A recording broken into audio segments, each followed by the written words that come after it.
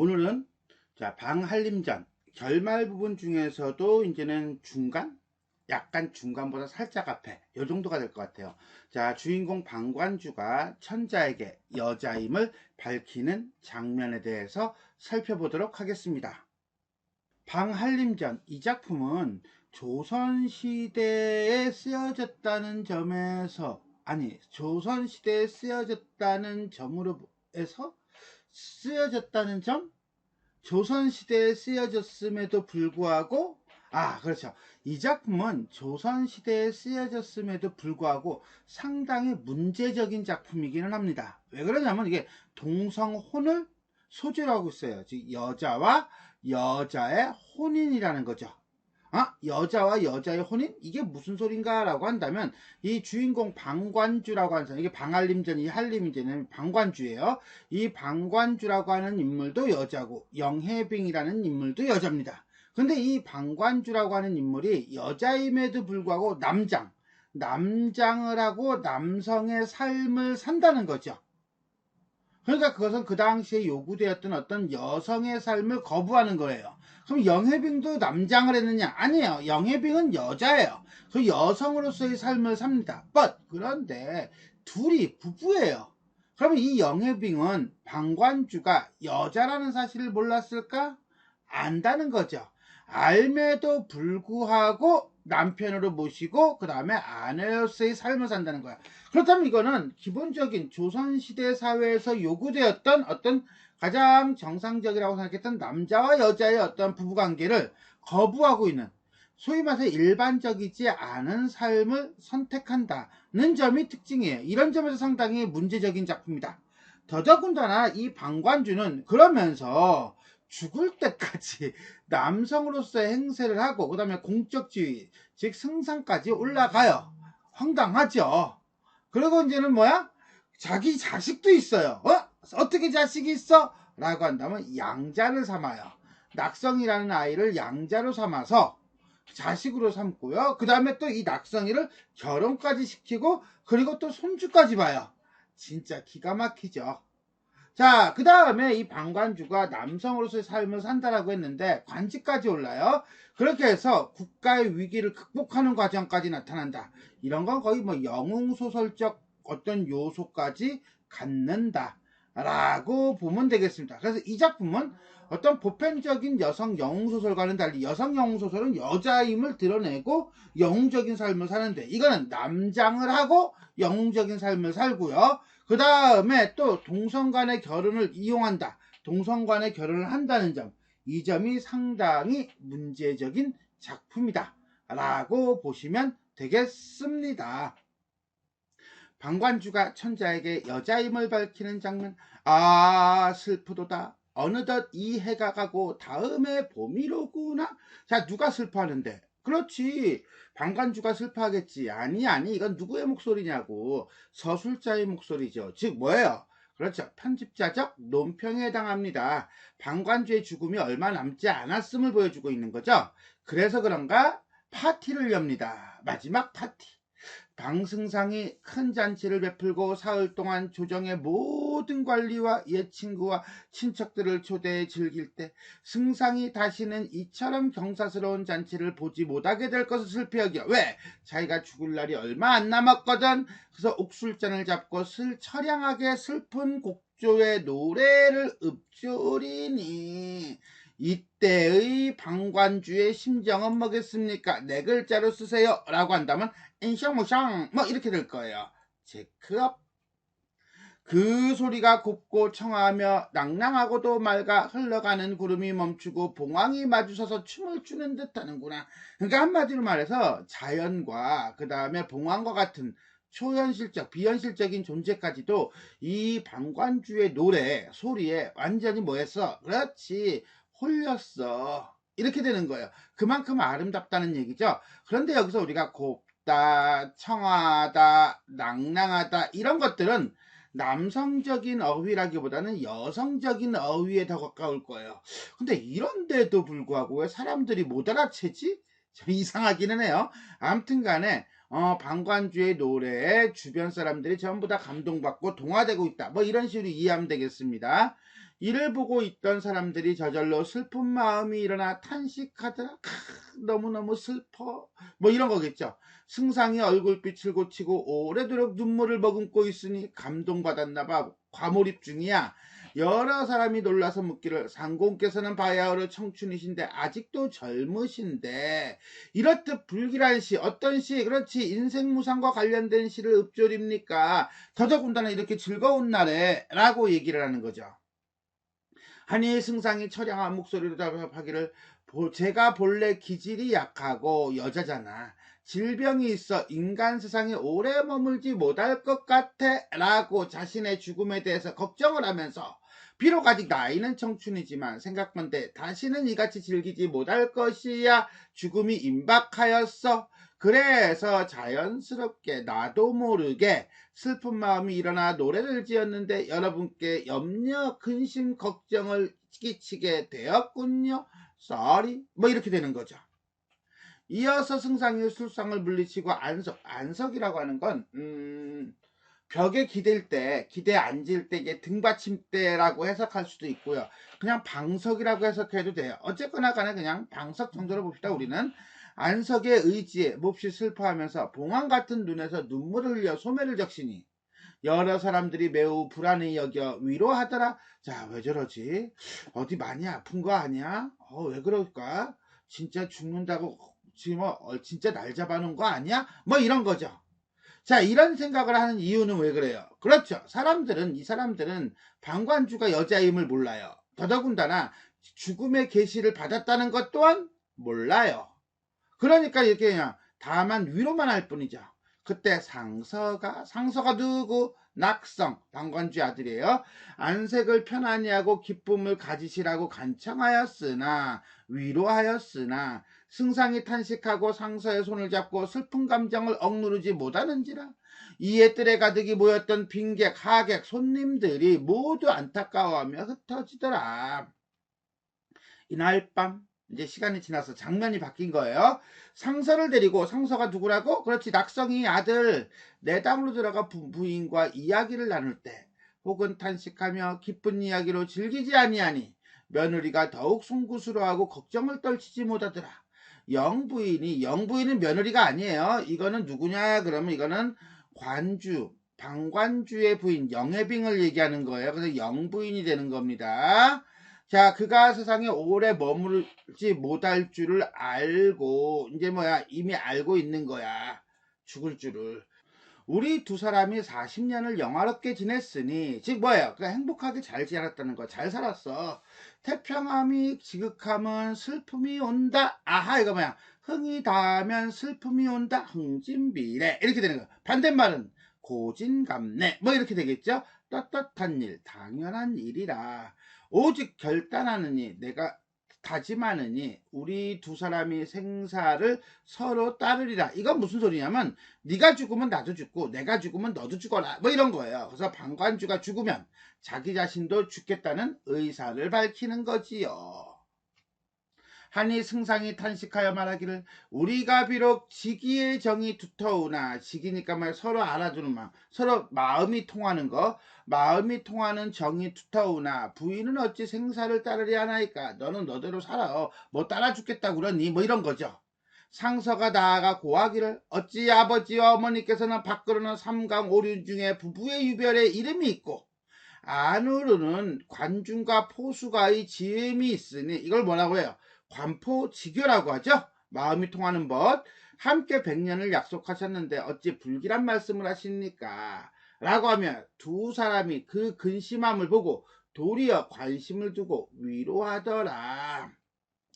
이달부터 음식에 맛이 없고 몸이 숙적해지더니 마침내 자리에서 일어나지 못하니 영부인과 며느리 김부인은 망극하여 천명만 기다리더니 어느 날 밤 꿈인지 생신지 선친을 만났어. 방관주가 꿈에 돌아가시는 아버지를 만난 거야. 네가 일개의 소녀로 이와 같이 영화롭고 귀하게 되니, 한마디로 승상까지 오르게 되니 그것 또한 천명이지만 좋은 일은 오래가지 아니한다. 흥진비래. 네가 건장한 골격이 아니라, 왜? 여자잖아. 그러니까 이거 여성임을 얘기하는 거예요. 건장한 골격이 아니라는 것은 여성임이라고 이렇게 쓰면 되겠네요. 이 병을 이기지 못할 것이니 어찌하겠는가. 하니 승상이 묻고자 하나 말씀하시기를 오래지 않아 너 나하고 만날 거야 라고 하는 건 너 죽을 거야 이거겠죠. 돌아가신 아버지가 얘기하는 거니까.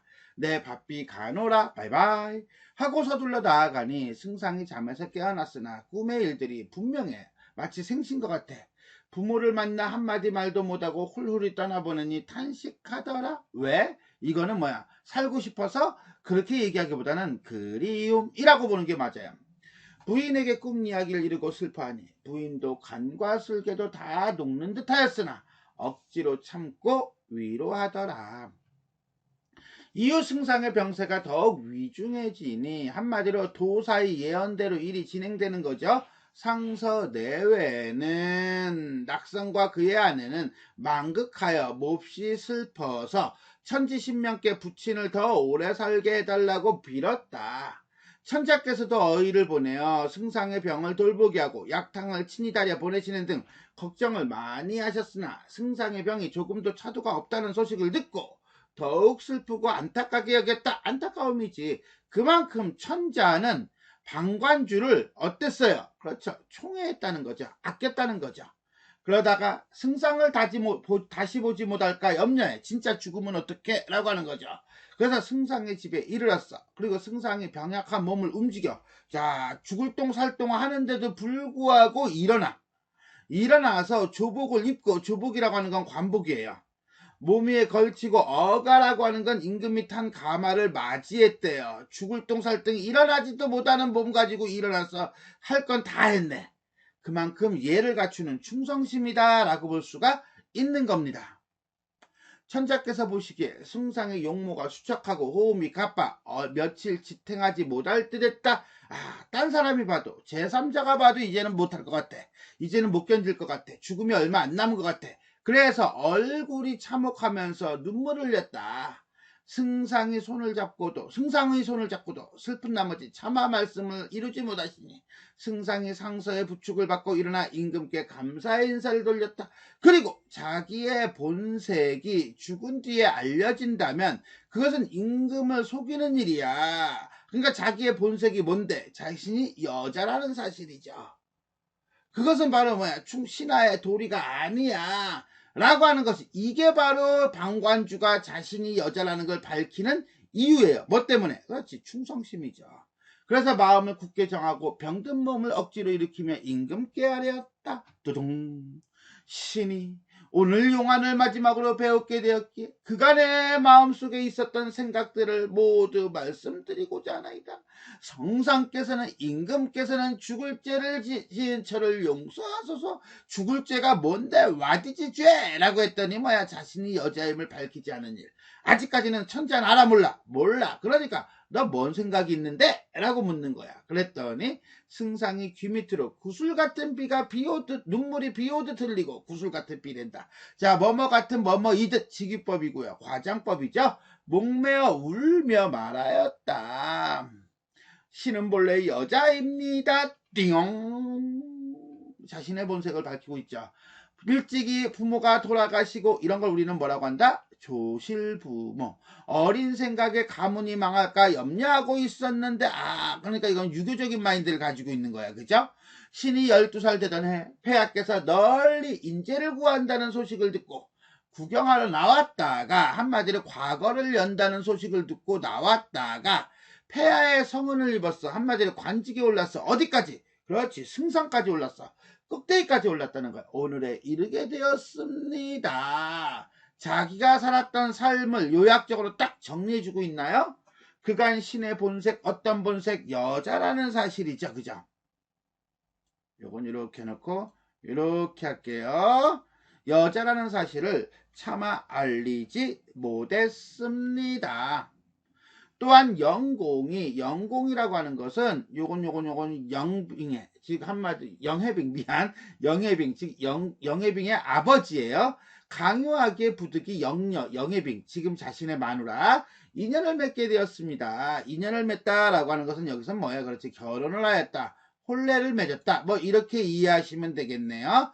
영녀는 처음부터 신의 본색, 즉 여자라는 사실을 알고도 성품이 괴이해. 성품이 괴이하다는 것을 이상하다, 사이코 이렇게 생각하지 말고요. 이 영애빙 자체가 마인드가 뭐냐면 나는 비록 여자로 태어났지만 남자에게 구속되는 삶을 살고 싶지는 않아 라는 마인드를 가지고 있었어요.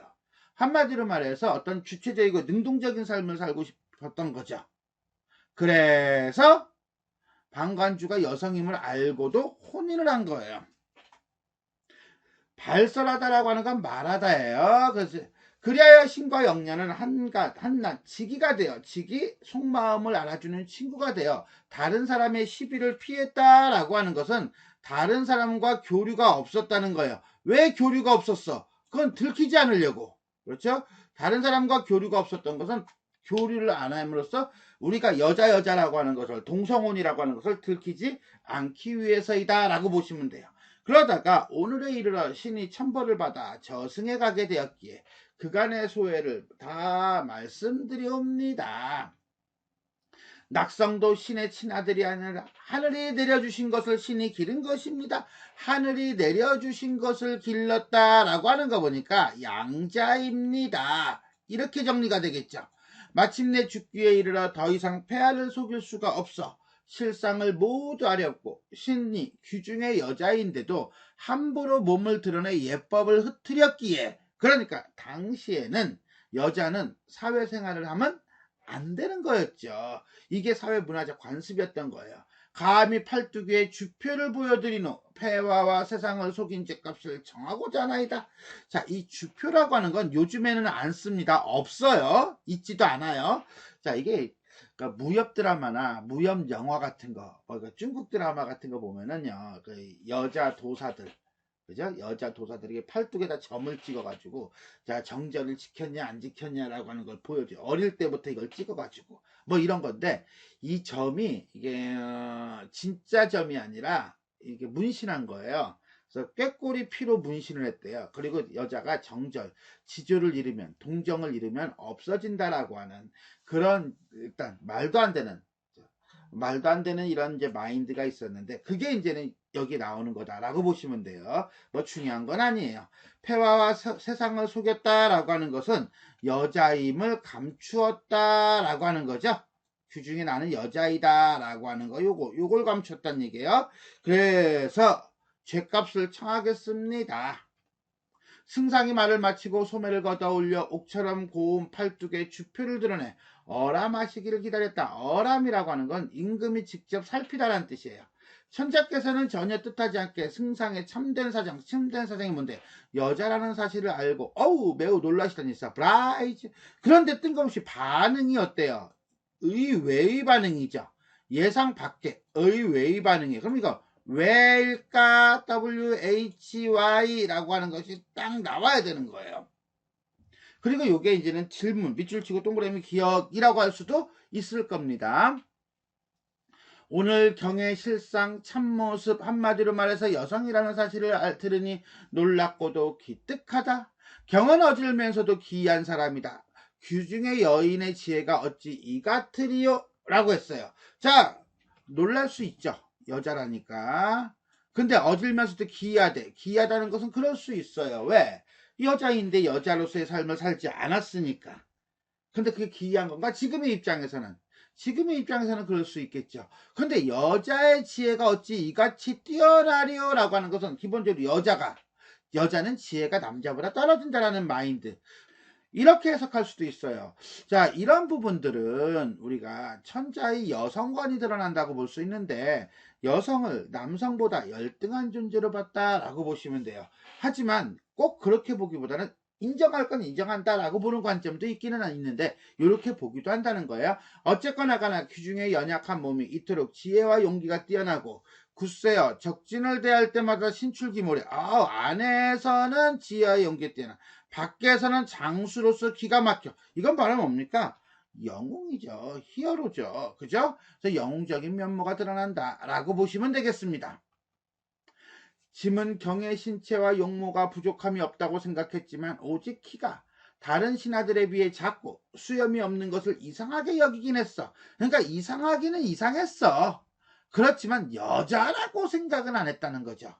그러면서도 아무 생각 없이 멍한 태도로 깨닫지 못해 라고 하니까 멍청하게 어리석게 깨닫지 못해 경의 인륜을 온전하게 지켜주지 못했으니 짐이 어리석고 사리에 밟지 못한 탓이로다. 한마디로 여성임을 알아차리지 못한 것에 대한 자책이죠. 누구를 원망하리요. 경은 안심하고 하루바삐 자리에서 일어나기를 바라노라. 짐은 마땅히 져버리지 않겠다라고 하는 것은 방관주의 본색이 여자임을 알고도 태도는 변하지 않는 거예요. 그리고 난 다음에 주표를 보지 않아도 너의 절개를 내가 모르겠는가 안다. 그러면서도 야 신기하긴 신기하네 라고 하며 위로하셨다. 승상이 가까이 17년 동안 언제나 조정에 들어와 남장으로 다니고 태학사로서 문현각이라고 하는 건요 명나라 청나라 때의 장서각이에요. 일종의 궁중 도서관이에요. 숙직을 할 때도 함께 있던 관리들이 허다하나 그 주표를 들키지 않은 것을 희한하게 여기셨더라. 또한 영씨는 영해빙이죠. 아내 높은 절개와 맑은 덕을 칭찬하며 사람을 알아보는 눈, 여자임을 알아봤다는 거죠. 탁월하고 의협심이 강한 여인이라고 탐복했다. 이것도 천자의 평가예요. 천자를 모시던 여러 신하들도 놀라며 희한하게 여기는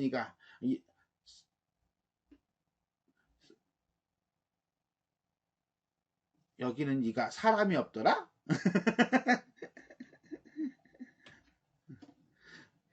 희한하게 여기지 않는 이가 없더라. 여기지 않는 사람이 없더라. 이렇게 써야겠죠?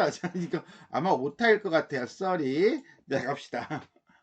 승상이 머리를 두드리며 죄를 청하여 아뢰기를 소시인이 폐하를 속인 죄는 100번 죽어도 갚기 어려운 일이니 다스려주기 바란다. 한마디로 나의 죄를 다시 벌해달라 라고 하니 경은 망고에 다시 없는 영웅이요 절기가 굳은 여자다. 그래서 어찌 죄가 되겠는가. 한마디로 이게 바로 뭐야 방관주를 용서하는 이유가 되겠네요. 하며 제3 너그러운 말로 위로하시니 이에 승상이 대승상 광록후의 인장을 받들어 올린다라고 하는 건 대승상 광록후라는 벼슬을 가지고 있으니까 그거에 대한 직인이 있겠죠. 그 직인을 천자에게 준다는 거야. 이건 뭐야 사직서지 뭐. 나 자리에서 물러나겠습니다 라고 하는 거야. 그랬더니 가당치 않다. 덕의 공덕이 몹시 넓고 크면 또한 몸은 적절하지 않은 여자이나 처신은 남자처럼 했다는 거야. 그래서 어찌 벼슬을 거주겠는가. 네가 생물학적으로는 여성이지만 젠더는 남성 아니냐 이거죠. 그래서 너를 사직의사를 거두어라 이렇게 되는 거야.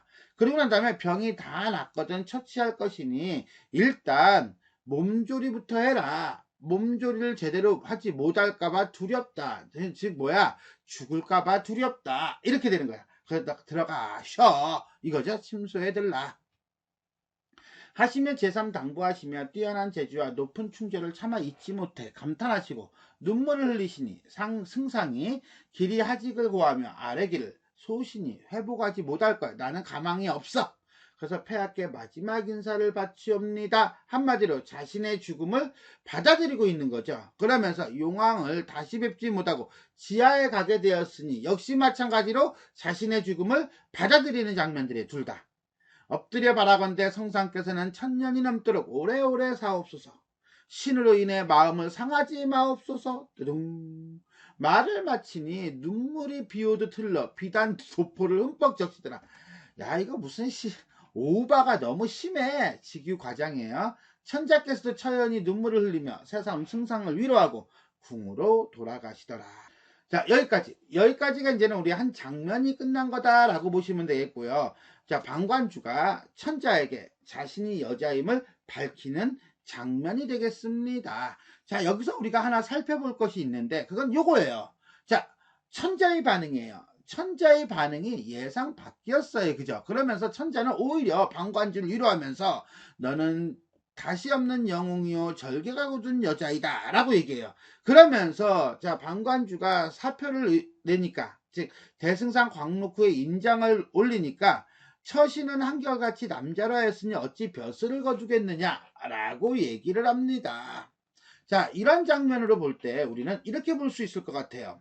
자 방한림전은 죽기 전에 자신의 정체성을 본인의 의지하에 임금에게 주다라는 장면으로 나옵니다.